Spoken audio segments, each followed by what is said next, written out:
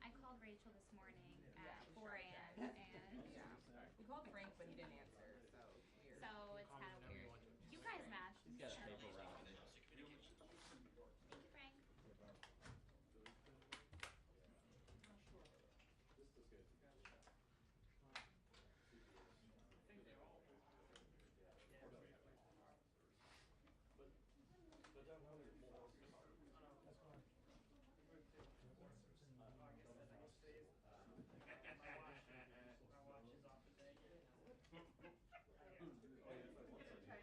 I'm gonna move. Look at, we got Ray David Chater right up there. I know, I was wondering, like, making him work. Well, David's in GMA this morning, so he's been here a while. This is an actual automatic. It's nice, but you gotta wear it. I feel bad for David. Use it all for there. Hi, David. Yeah, I think there are, but I wanna hear it as well as say it in his own mouth. Rewind it when I put it back on.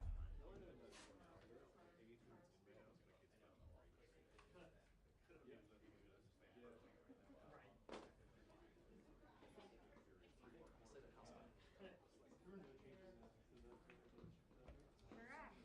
Well, actually, there was an absence, but no one like flipped. Thank you. I guess I can move now, huh? Yeah, he totally previewed that. Would I be lying? Hmm? Probably. She was there first. Cash. I think it's a pretty cash situation. Worst case scenario. I think so. Sam, it's a pretty big day for all of us, I would say. Huge day, really. When you think about it.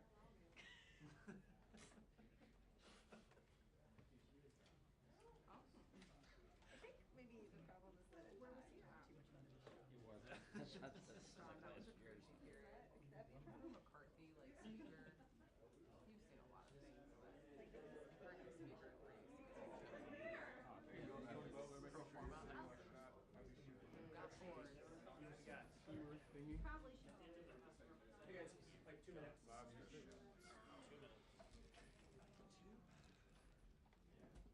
Mic check. Julie. You ought to get this one. Only if it has a photo of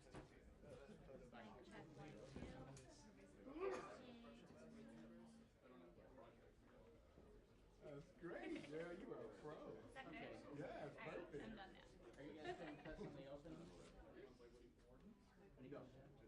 Stand here for a second. Hey, all you gotta do is Again? if you need me to move, just say.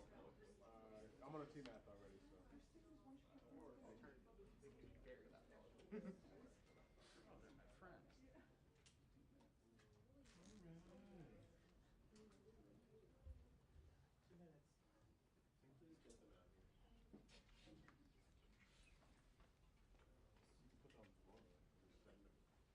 We got beef.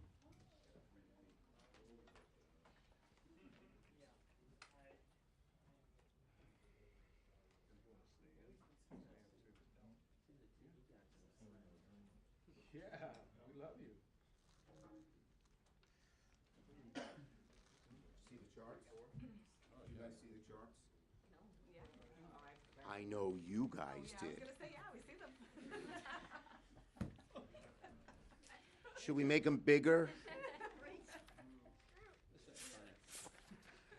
Okay, first, well, we just heard that Speaker Johnson said the House is out again.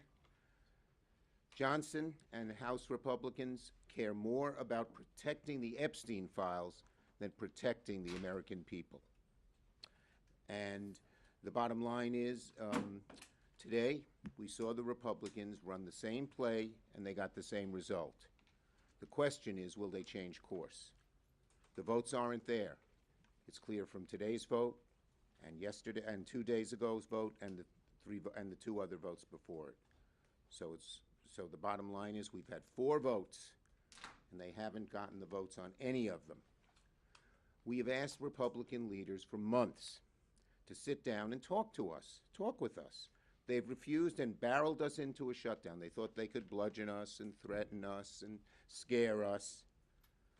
It ain't working, because my caucus and Democrats are adamant that we must protect the health care of the American people.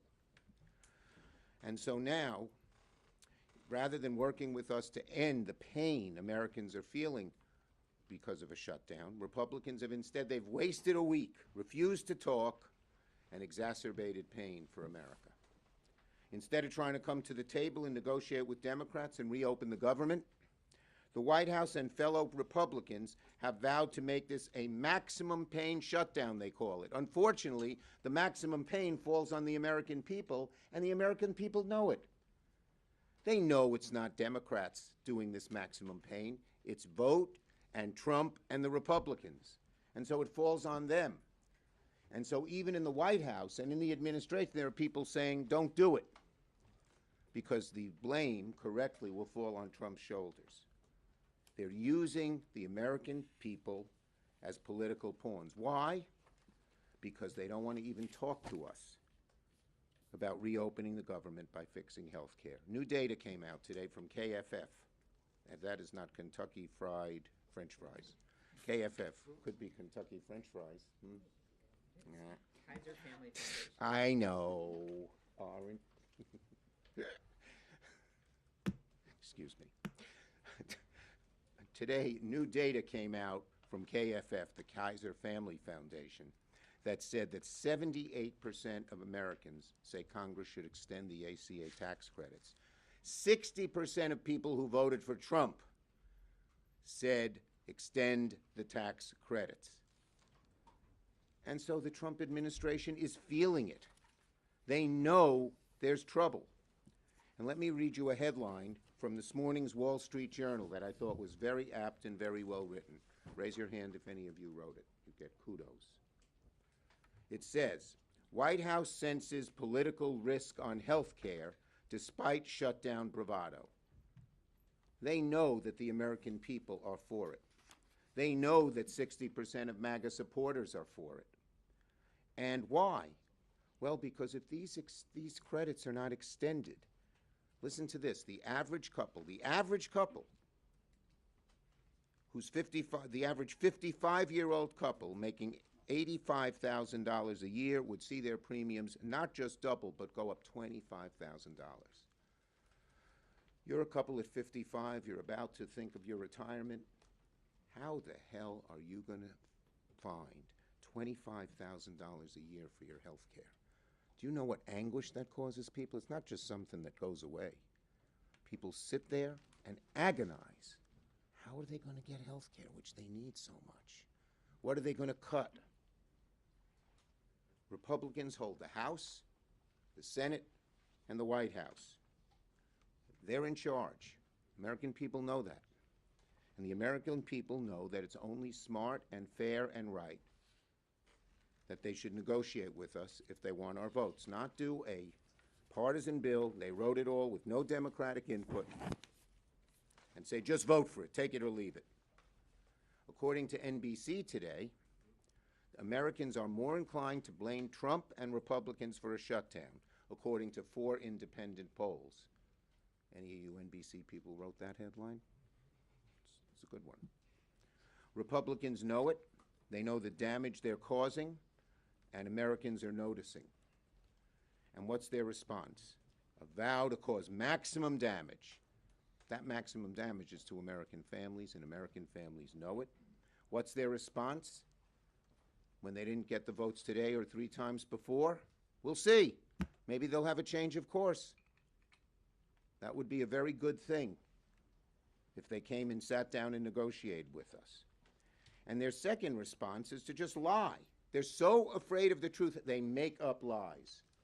Here's PolitiFact when they say, oh, the Democrats want to give the money to undocumented immigrants. Here's PolitiFact. J.D. Vance said, Democrats are threatening to shut down the entire government because they want to give hundreds of billions of dollars to health care to benefit illegal aliens. What does PolitiFact say? False. And I hope you'll all write that over and over again, because if they're going to tell the lie over and over and over again, it's the responsibility of all of us to say it's a lie over and over and over again. Undocumented people cannot and will not receive a premium tax credit by federal law. The federal government does not fund health insurance for undocumented immigrants in Medicaid, Medicare, or Social Security by law. Republicans know it. They lie about it. When I was with the White House with Johnson, he said it. I was sitting there. I said, "That's bull." And he didn't say it isn't. He just smirked. That's what they do. And when you lie about it, it shows fundamental weakness, because you know where the American people are. When they're confronted with the truth, they cover it up with a lie. But unfortunately for them, the truth doesn't lie.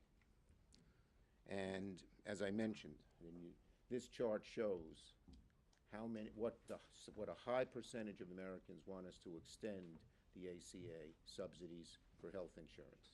71 to 29. And it shows you that's why it's so high, because even 60% of Trump voters want to extend it.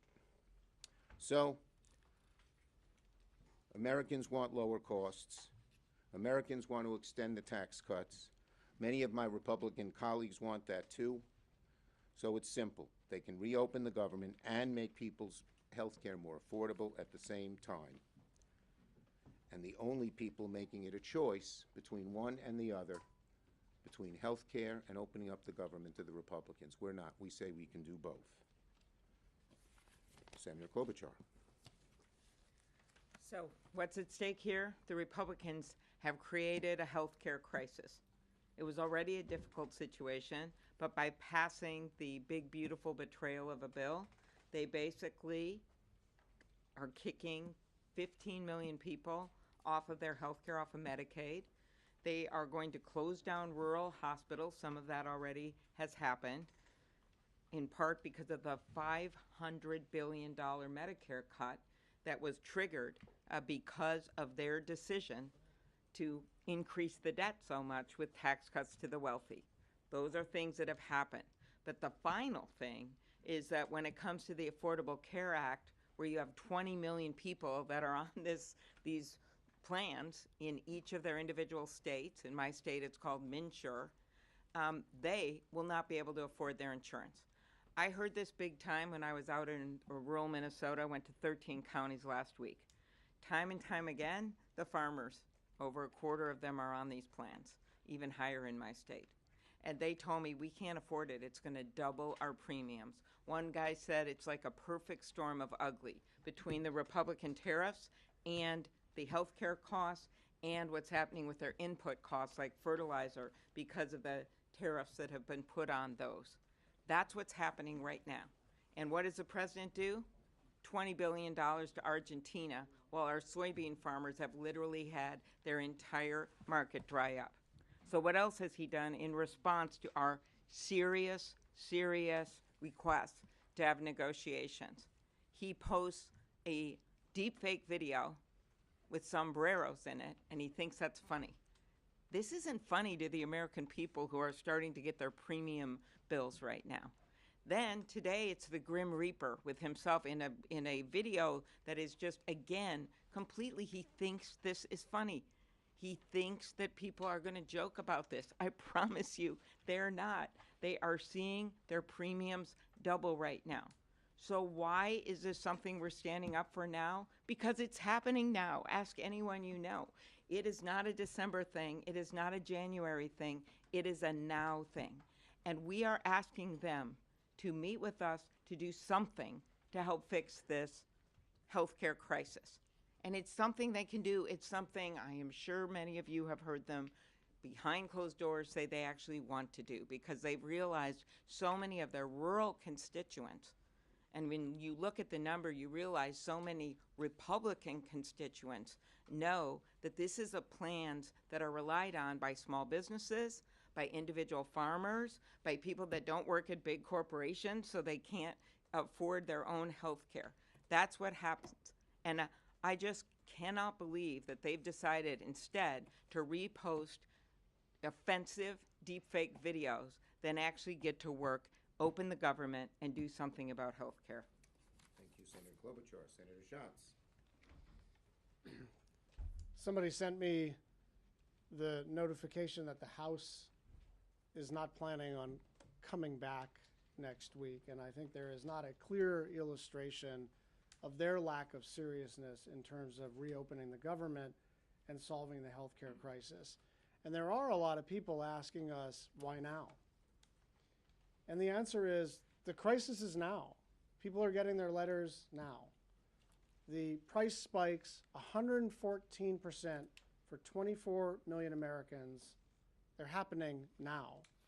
And so in the four corners of the Capitol, this is being treated as a kind of political question and a procedural question and a kind of public relations question.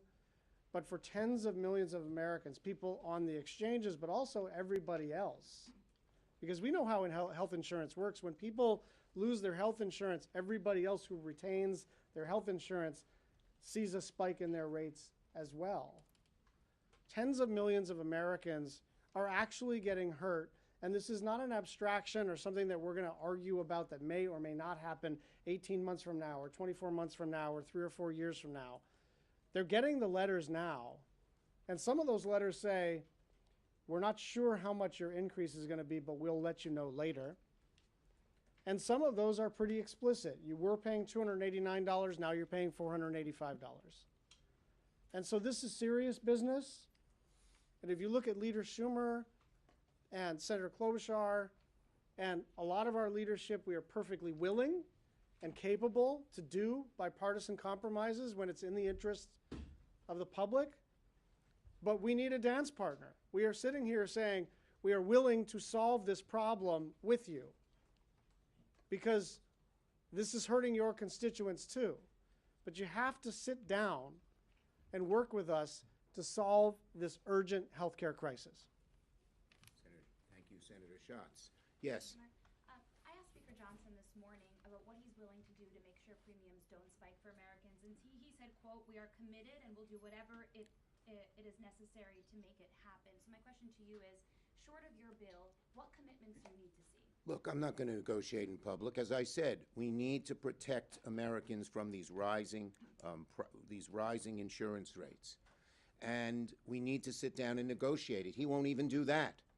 So how can he say he wants to help Americans if he won't sit down? He knows he needs both sides to get it done, plain and simple. In the White House the other day, he said he didn't want to do any ACA. And he said that before in the past as well.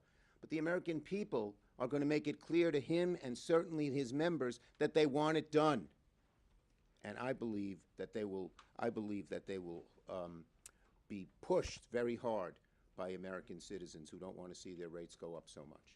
There are some informal talks going on between senator to senator. How dialed into these talks are you? Do you think they're making any progress? Yeah, look, first my Democratic senators who were involved came to me, a bunch of them, and said, should they do it? I said, by all means. We want Democrats to talk with Republicans. And so it's a good thing. Unfortunately, last night, if you ask our Democratic senators, the Republicans didn't offer anything really new, just the same old stuff. And so nothing new nothing on ACA, nothing on rescissions. And so, look, our Democrats want to go back and negotiate again, but they got to negotiate with something, get something in return. Yes. Does whatever bill that you support to open the government, does that have to include language specifically addressing the ACA crisis? And secondly, you mentioned that President Trump at the White House meeting was open, perhaps, to extending these subsidies, or at least he was sympathetic. You said you heard about it for the first time. Have you tried to reach out to him again to kind of keep that conversation going? Well, look, the bottom line on that is we need the president to be involved. Johnson and a whole lot of his caucus don't like the ACA, don't want to do the extensions. A lot of Republican senators in the Senate do, but they're not enough. Thune is not enough. You need Johnson, and you particularly need Trump to get it done. So that's the bottom line, and we need real improvements in Americans' health care, plain and simple. Calling someone in the back. Way in the back. Yep, go ahead. Leader Schumer, it was reported that there was a 34% increase in demand at a military food bank in Fort Worth, Texas this week. How do you square the needs of constituents facing an immediate pain during a shutdown with your focus on lowering healthcare premiums? The bottom line is, there's a simple way to end the shutdown. Come and sit down and negotiate a fair bill with us. Yes? The president, as you say, has been tweeting out memes. Democrats have said that he doesn't understand this healthcare crisis. What makes you think, what evidence do you have that he will eventually be bowed to public pressure? The evidence we have is right here. 60%, or 58 I think it is actually, of Trump voters want it extended.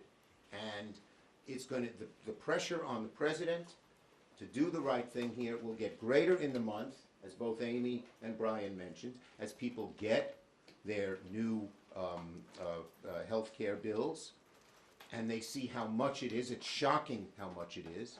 And they go and say who did it, and we Democrats are going to be there day in and day out and say, the president and the Republicans did it, and that's why we feel we're, that's why we feel we're in a strong position. So you're willing to wait this out for a month? Are you willing to wait this out for a month?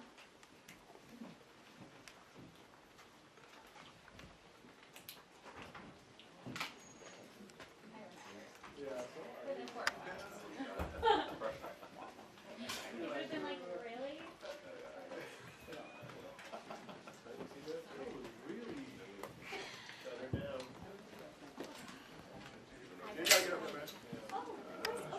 Thanks, man. Save the day, per usual.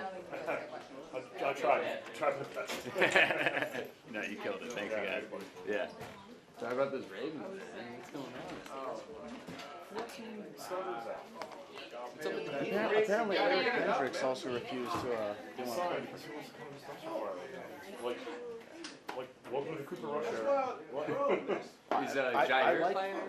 Who cares? He sucks. Oh, he sucks. Well, Harbaugh rushed him back before he was ready, and he ended up costing us the Came game. back to his jersey during that Buffalo game. Looks like my whole thing was like, number one.